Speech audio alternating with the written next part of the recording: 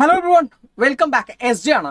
നമ്മളിന്ന് ഇംഗ്ലീഷിലെ ഏറ്റവും ഇമ്പോർട്ടൻ്റ് ആയിട്ടുള്ള കുറച്ച് ഫോർമാറ്റുകൾ ഡിസ്കോഴ്സ്, അതിന്റെ ഫോർമാറ്റുകൾ, ക്വസ്റ്റ്യൻസ് ആണ് ഡിസ്കസ് ചെയ്യാൻ പോകുന്നത്.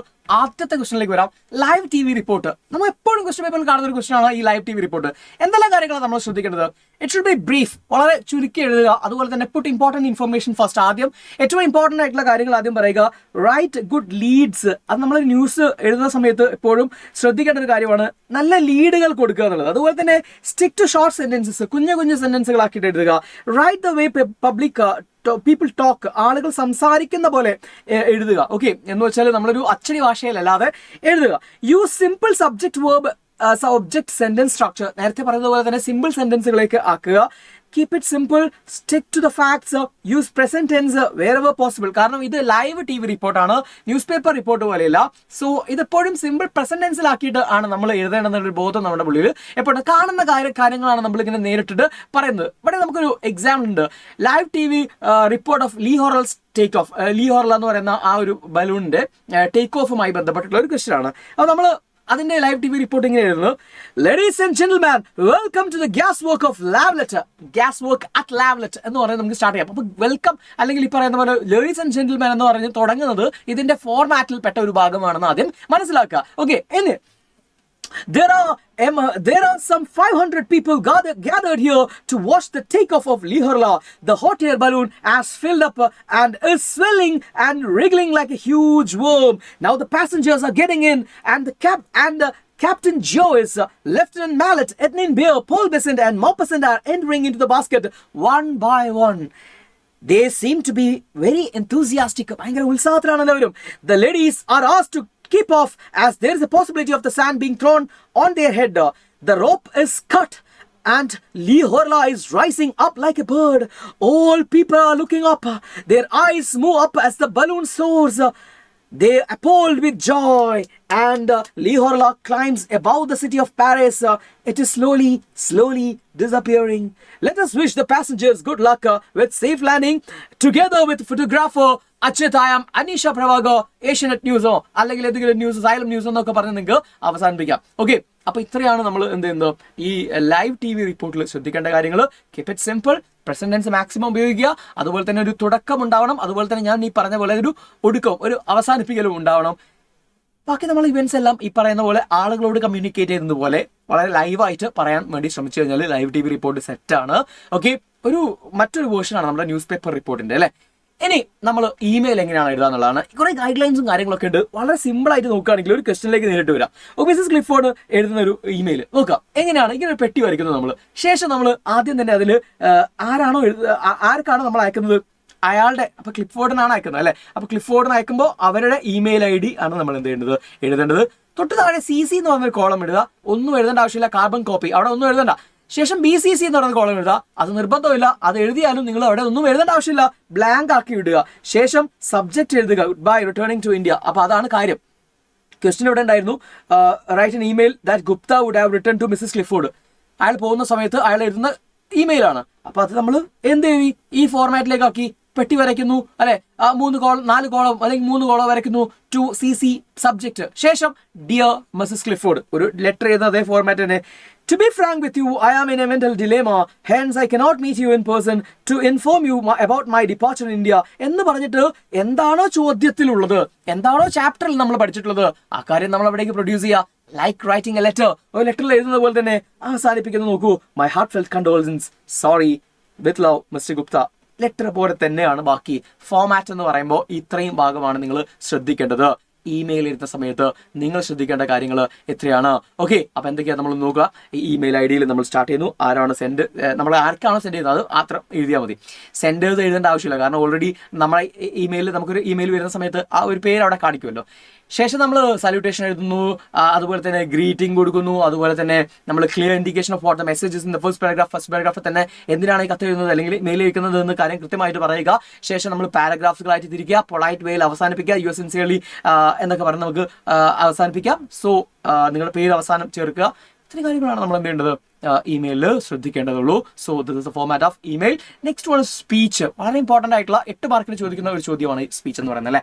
ആൻഡ് ഗാന്ധി ഗെയിമിൽ നിന്നും ചാൻസ് കൂടുതലാണ് നമുക്ക് സ്പീച്ചിന്. അതുപോലെ തന്നെ ഡ്രഗ് അബ്യൂസ് എന്ന് പറയുന്ന ചാപ്റ്ററിൽ നിന്നും ഒക്കെ കോമൺ ആയിട്ട് ചോദിക്കാം. അതുപോലെ ഡിസാസ്റ്റർ ആൻഡ് ഡിസാസ്റ്റർ മാനേജ്മെന്റ് എന്നൊക്കെ നമുക്ക് കോമൺ ആയിട്ട് എന്ത് ചെയ്യാം, സ്പീച്ചുമായി ബന്ധപ്പെട്ടിട്ട് ചോദ്യങ്ങളുണ്ടാവും. സോ കോമൺ എക്സ്പ്രഷൻസ് ആണ് ഞാനിവിടെ ആദ്യം പറയുന്നത്. എന്ന് വെച്ചാൽ സ്പീച്ചിൽ സാധാരണ നമുക്ക് ഇടയ്ക്കിടയ്ക്ക് ഉപയോഗിക്കാൻ പറ്റുന്ന കുറച്ച് എക്സ്പ്രഷൻസ്. ഗുഡ് മോർണിംഗ് നമുക്ക് തുടങ്ങാം അല്ലെ. Dear teachers and my friends എന്ന് പറയാം, അല്ലെങ്കിൽ ലേഡീസ് ആൻഡ് ജെന്റിൽമെൻ എന്ന് പറയാം, സ്റ്റാർട്ട് ചെയ്യാം. I am very happy to be here on this occasion. എങ്ങനെ പറയാം നമുക്ക് പറയാം. ഏതൊരു സ്പീച്ച് ആണെങ്കിലും നമുക്ക് പറയാം I am very happy to be here on this occasion എന്ന് പറയാം. ശേഷം നമുക്ക് I would like to speak you on the topic. എനിക്ക് നിങ്ങളോട് സംസാരിക്കാനുള്ളത് ഈ ടോപ്പിക്കിന്റെ മേലെയാണ്. It is very important. It is the need of I would like to conclude my words. Thank U എന്നൊക്കെ പറയുന്നെങ്കിൽ ഇത് അവസാനിപ്പിക്കാം. ഓക്കെ, അപ്പോൾ ഇത് വളരെ ഇമ്പോർട്ടന്റ് ആണ്. ഇത് നിങ്ങൾക്ക് കുറച്ച് ഇംഗ്ലീഷിൽ കുറച്ച് ബാക്കിലാണ് നിങ്ങളെങ്കിൽ ഇത്രയും വാക്കുകൾ നിങ്ങളെ സഹായിക്കും ആ ഒരു എസ്സേ എഴുതുന്ന സമയത്ത്. ഓക്കെ, അതുപോലെ തന്നെ start your speech with a question or a quote. ഒരു ക്വസ്റ്റ്യനോട് കൂടിയിട്ടോ അല്ലെങ്കിൽ ഒരു കോട്ടോട് കൂടിയിട്ടൊക്കെ എപ്പോഴും നമ്മൾ സ്പീച്ച് തുടങ്ങുമ്പോൾ ആ സ്പീച്ചിനെ ഒന്നുകൂടെ ഹൈലൈറ്റ് ചെയ്യും അത് സാധനം. ഓക്കെ, ഇപ്പം ഞാൻ നിങ്ങളോട് ചോദിക്കട്ടെ ഒരു ചോദ്യം എന്നൊക്കെ പറഞ്ഞാൽ നമ്മൾ ഇങ്ങനെ സ്റ്റാർട്ട് ചെയ്യുമ്പോൾ, അല്ലെങ്കിൽ ഞാനൊരു പ്രോവർബ് പറഞ്ഞ് സ്റ്റാർട്ട് ചെയ്യുന്നു, അല്ലെങ്കിൽ ഒരു കോട്ട് ആരെങ്കിലും ഒരു കോട്ട് മീൻസ് ആരെങ്കിലും പറഞ്ഞൊരു കൊട്ടേഷനിൽ ഞാൻ സ്റ്റാർട്ട് ചെയ്യുന്നു, വളരെ നല്ലതാണ്.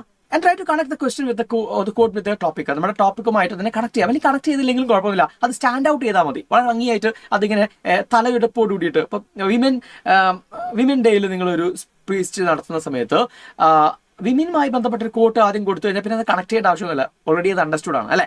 Then introduce your name and topic. ഇങ്ങനെ ചെയ്യാം. ഇവിടെ ഒരു ക്വസ്റ്റൻ നോക്കുക, model question. You asked to deliver a speech on the importance of confidence, courage in front of your classmates on the occasion of observing world mental health day. Prepare the script of the speech chapter എന്നൊക്കെ നമുക്ക് മനസ്സിലായി. ഫ്ലൈയുമായി ബന്ധപ്പെട്ടിട്ട് ഒരു question ആണ് അല്ലേ. അപ്പോൾ അവിടെ teachers and my dear friends എന്ന് പറഞ്ഞ് സ്റ്റാർട്ട് ചെയ്യുന്നു. Good morning, I am very happy to be here on this occasion. We are observing world mental health day. Now I would like to talk to you on the importance of confidence and courage എന്ന് പറഞ്ഞ് നമ്മൾ start ചെയ്യുന്നു. ശേഷം നമുക്ക് എന്തൊക്കെയാണോ points ഈ ഒരു ടോപ്പിക്കുമായിട്ട് നമുക്ക് പറയാനുള്ളത്, എന്തെല്ലാം കാര്യങ്ങളാണോ നമുക്ക് ചാപ്റ്ററുമായിട്ട് ഇതിനെ കണക്ട് ചെയ്യാൻ പറ്റുന്നത്, നമുക്ക് ഇന്ന് കണ്ടംപററി വേൾഡിൽ ഇതുമായി കണക്ട് ചെയ്യാൻ പറ്റുന്ന എന്തെങ്കിലും കാര്യങ്ങളുണ്ടെങ്കിൽ അതിനെയൊക്കെ നമ്മളൊരു ഫസ്റ്റ് പേഴ്സൺ നറേഷൻ എന്ന പോലെ, അതാണ് സ്പീച്ചിൽ എപ്പോഴും ഓർത്തു വെക്കേണ്ടത്. ഒരു ഫസ്റ്റ് പേഴ്സൺ നറേഷൻ എന്ന പോലെ ഞാനാണ് സംസാരിക്കുന്നത്, എനിക്കാണ് പറയാനുള്ളത്. ഓക്കെ, ഇൻ മൈ വ്യൂ, അതാണ് നമ്മൾ അതിനകത്ത് കൊണ്ടുവരേണ്ടത്. അവിടെ നമുക്ക് സ്റ്റോറീസ് പറയാം, അവിടെ നമുക്ക് സ്റ്റാറ്റിസ്റ്റിക്കൽ ഡീറ്റെയിൽസ് പറയാം, അതുപോലെ തന്നെ എക്സാമ്പിൾസ് പറയാം, എന്നും പറയാം. നിങ്ങളുടെ പോയിന്റിന് നിങ്ങൾ ശരിവെക്കുന്ന സമർത്ഥിക്കുന്ന തരത്തിലേക്ക് നിങ്ങൾ സ്പീച്ചിനെ കൊണ്ടുപോകുക എന്നതാണ് ഏറ്റവും ഇമ്പോർട്ടൻ്റ് ആയിട്ടുള്ള കാര്യം. അതിനെ നമുക്ക് വലുതാക്കാൻ വേണ്ടിയിട്ട് പറഞ്ഞ കാര്യങ്ങളൊക്കെ നിങ്ങൾക്ക് അതിനകത്തേക്ക് ആഡ് ചെയ്യാം. So I would like to conclude my words. Thank you for lending me your ears എന്നൊക്കെ പറഞ്ഞ് നിങ്ങൾക്ക് അവസാനിപ്പിക്കാം. താങ്ക് യു എന്ന് പറഞ്ഞാലോ മതി. ഓക്കെ, അപ്പോൾ ഇതാണ് ഇതിൻ്റെ ഒരു ഫോമാറ്റ്. ഒരു തുടക്കം വേണം, ഒരു അവസാനിപ്പിക്കൽ വേണം, ഒരു ഇൻട്രൊഡക്ഷൻ വളരെ ഗംഭീരമാക്കാൻ ശ്രമിക്കുക, കൺക്ലൂഷൻ വളരെ പൊളൈറ്റ് ആക്കാൻ വേണ്ടി ശ്രമിക്കുക. ആളുകളെ ഈ പറഞ്ഞ കാര്യങ്ങളൊക്കെ നമ്മുടെ സെക്കൻഡ് ലാസ്റ്റ് പാരഗ്രാഫ് എന്ന് പറഞ്ഞാൽ ഈ നേരത്തെ പറഞ്ഞ പോയിന്റുകളെല്ലാം ഒന്ന് കൺക്ലൂഡ് ചെയ്യുന്ന തരത്തിലുള്ള ഒരു സെക്കൻഡ് ലാസ്റ്റ് പാരഗ്രാഫ് കൂടെ ഉണ്ടെങ്കിൽ വളരെ ഭംഗിയായിരിക്കും. ഓക്കെ, സ്പീച്ചിൽ അവസാനിപ്പിക്കുന്നതിന് മുമ്പേ ആയിട്ട് നമ്മൾ ഈ പറഞ്ഞ കാര്യങ്ങളൊക്കെ ഒന്നുകൂടി കൺക്ലൂഡ് ചെയ്യുക. സോ അത് നമുക്കൊരു എക്സ്ട്രാ കുറച്ചുകൂടെ എഴുതാൻ സാധിക്കും എന്നുള്ളതും അതുപോലെ തന്നെ സ്പീച്ച് കുറച്ചുകൂടെ ഭംഗിയുള്ളതാക്കുകയും ചെയ്യും. ഓക്കെ, നെക്സ്റ്റ് ന്യൂസ് പേപ്പർ റിപ്പോർട്ടാണ്. ന്യൂസ് പേപ്പർ റിപ്പോർട്ട് എന്ന് പറയുന്നതും ഒരു integral part of our question പേപ്പറാണ് അല്ലേ. നേരത്തെ നമ്മൾ പറഞ്ഞിട്ടുണ്ടായിരുന്നു ലൈവ് ടി വി റിപ്പോർട്ട്, അതിന്റെ നേരെ ഒരു ചെറിയൊരു മാറ്റമാണ് അല്ലേ. എന്ന് വെച്ചാൽ ലൈവായിട്ട് പ്രസന്റ് ടെൻസിലാണെങ്കിൽ ഇതിൽ പാസ്റ്റ് ടെൻസ് ആണ് നമ്മൾ പറയാം. ഒരു ഹെഡിങ് വേണം. ഹെഡിങ് എപ്പോഴും എന്തായിരിക്കും? A descriptive title that express the content of the report. സമയമൊന്നും ഇല്ലാത്ത ആളുകൾ പേപ്പറിൽ ആദ്യം ഹെഡിങ് ആയിരിക്കും വായിക്കുന്നത്. അവർക്ക് ആ ഹെഡിങ് ഇൻട്രസ്റ്റിംഗ് ആണെങ്കിൽ മാത്രം അവരെന്ത് ചെയ്യുന്നുള്ളൂ, ബാക്കി വായിക്കുള്ളൂ. സോ ആ ഒരു കാര്യം നമ്മുടെ മൈൻഡിൽ എപ്പോഴും ഉണ്ടാവണം. എന്ന് വെച്ചാൽ ഈ ന്യൂസ് പേപ്പർ റിപ്പോർട്ടർ എന്ന് പറഞ്ഞിട്ടുണ്ടെങ്കിൽ, ന്യൂസ് പേപ്പർ റൈറ്റിംഗ് എന്ന് പറഞ്ഞിട്ടുണ്ടെങ്കിൽ നമ്മൾ ഇങ്ങനെ ഒരു ഇൻവേർട്ടഡ് പിരമിഡ് പോലെയാണ്. ഏറ്റവും ഇമ്പോർട്ടൻ്റ് ആയിട്ടുള്ള കാര്യങ്ങളാണ് ആദ്യം വരിക, ലെസ് ഇമ്പോർട്ടൻ്റ് ആയിട്ടുള്ള കാര്യങ്ങളാണ് അവസാനത്തേക്ക് വരിക എന്ന കാര്യം നിങ്ങൾ ഓർത്തു വെക്കുക. ശേഷം ഹെഡിങ്ങിന് ശേഷം നമ്മൾ എന്താ പറയുക, കാച്ചി ആയിട്ടുള്ള ഹെഡിങ് വേണം, അതാലോചിക്കുക. Next place and date of reporting എഴുതുക.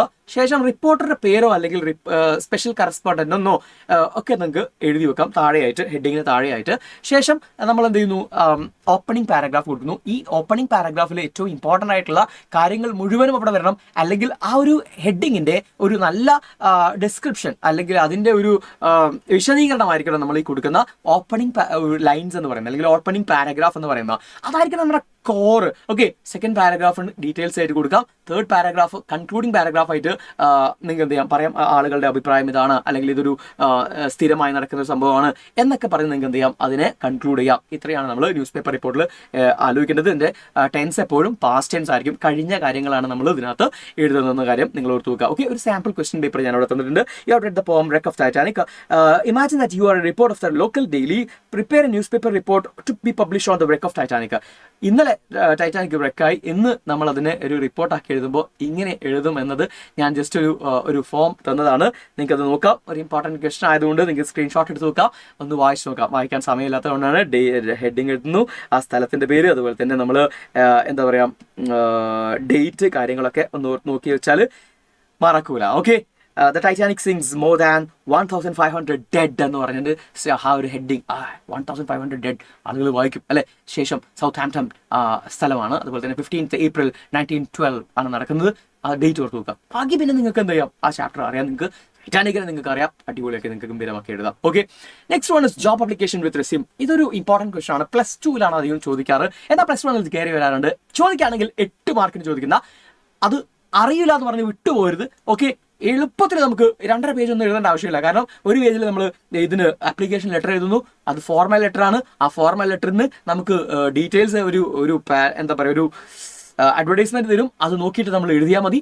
ശേഷം നമുക്ക് റെസ്യൂമെ ഒരു പേപ്പറിൽ എഴുതുമ്പോൾ നമ്മുടെ 2 പേജ് കൊണ്ട് അത് തീരും. സോ ഈസി ക്വസ്റ്റൻ ആണ്, അറ്റൻഡ് ചെയ്യാതിരിക്കരുത്. സോ എന്തൊക്കെ കാര്യങ്ങളാണ് നമ്മൾ ശ്രദ്ധിക്കേണ്ടത്? നമ്മൾ സാധാരണ എഴുതുന്ന ഒരു ഫോർമൽ ലെറ്റർ അല്ലേ, അതിൽ നമ്മൾ ആദ്യം ഏത് ലെറ്റർ എഴുതാം? സെൻഡേഴ്സ് അഡ്രസ്, ഞാൻ എൻ്റെ അഡ്രസ്സ് എഴുതും. ഡേറ്റ് എഴുതും. റിസീവേഴ്സ് അഡ്രസ്സ് എഴുതും അല്ലെ, ആർക്കാണോ കത്തി പോകുന്ന ടു അഡ്രസ്സ് എഴുതും. ശേഷം നമ്മൾ റെസ്പെക്റ്റഡ് സർ എന്ന് എഴുതിയിട്ട് താഴെ സബ്ജക്റ്റ് എഴുതും. എന്താണ്? Application letter. താഴെ നമ്മൾ എന്താണോ ഈ കത്തിൽ എഴുതാൻ ഉദ്ദേശിക്കുന്നത്, അതിനൊരു സെന്റൻസ് ഉണ്ട്. ഈ ഇന്ന പത്രത്തിലെ ഇന്ന ഡേറ്റിലെ ഇന്ന പത്രത്തിലെ അഡ്വർടൈസ്മെന്റ് കണ്ടിട്ടാണ് ഞാൻ ഈ കത്ത് എഴുതുന്നത് എന്ന് പറഞ്ഞാൽ നമ്മൾ സ്റ്റാർട്ട് ചെയ്യുന്നു. ശേഷം സെക്കൻഡ് പാരഗ്രാഫിൽ ഇന്ന പോസ്റ്റിലേക്കാണെന്ന് ആദ്യം തന്നെ ഫസ്റ്റ് പാരഗ്രാഫിൽ മെൻഷൻ ചെയ്യുന്നു. സെക്കൻഡ് പാരഗ്രാഫിൽ നമ്മൾ അവർ പറഞ്ഞിട്ടുള്ള റിക്വയർമെന്റ്സും ക്വാളിറ്റീസും ക്വാളിഫിക്കേഷൻസ് ഒക്കെ എനിക്ക് ഉണ്ട് എന്ന് സമർത്ഥിക്കുന്നതാണ് സെക്കൻഡ് പാരഗ്രാഫ്. തേർഡ് പാരഗ്രാഫിലേക്ക് നമ്മൾ വരുന്ന സമയത്ത് ആ പാരഗ്രാഫിൽ നിങ്ങളൊരു കൺക്ലൂഷനിലേക്കാണ് കൊണ്ടുപോകേണ്ടത്. ഒറ്റ ലൈൻ മതി ആ കൺക്ലൂഷൻ. താഴെ thanking U, your sincerely, your faithfully. താഴെ SD നിർബന്ധം, സിഗ്നേച്ചർ എഴുതുന്നു, പേര് എഴുതുന്നു, കഴിഞ്ഞു. ഓക്കെ, ആ ലെറ്ററിന്റെ ഭാഗം കഴിയുന്നു. ഇനി നമുക്കൊരു മോഡൽ ഉണ്ട് അവിടെ ലെറ്ററിൻ്റെ. ഞാൻ പറഞ്ഞ പോലെ തന്നെ നമ്മൾ ഫ്രം അഡ്രസ് എഴുതുന്നു, അതുപോലെ തന്നെ ഡേറ്റ്, ടു അഡ്രസ് എഴുതുന്നു, ഡിയർ സർ അല്ലെങ്കിൽ respected sir, subject application for the post of teachers with reference to your advertisement. ഇതാണ് ഞാൻ നേരത്തെ പറഞ്ഞ sentence. With reference to your advertisement in Hindu dated, ആ ഡേറ്റ് എഴുതുന്നു. I would like to apply for the post of teaching faculty in your institution എന്ന് പറഞ്ഞ് നമ്മൾ start ചെയ്യുന്നു.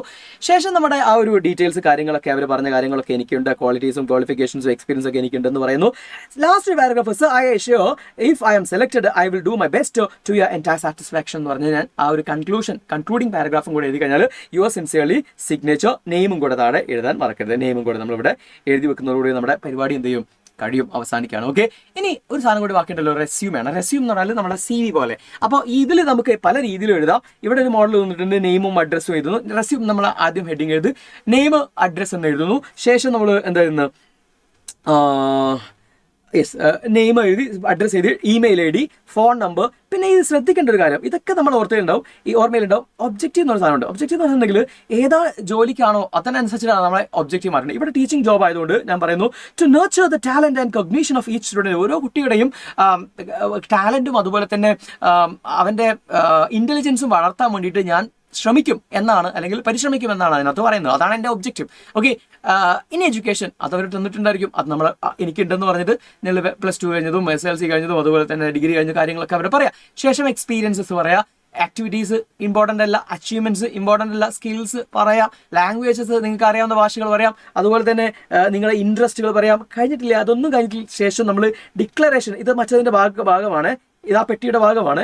ഏതാണ് ഡിക്ലറേഷൻ എന്ന് പറഞ്ഞാൽ ഞാൻ ഒബ്ജക്റ്റീവ്സ് പറഞ്ഞില്ലേ, അതേപോലെ declaration is also important. I hereby declare that all the above given information are true and correct to the best of my knowledge, and if found otherwise I alone shall be responsible. Thanking you, signature എന്ന് പറയുന്നിടത്ത് നമ്മുടെ ഈ ഒരു question അവസാനിക്കുകയാണ്. So these are the very important formats or discourses that we have to learn before you enter into your examination hall. Okay, thank you.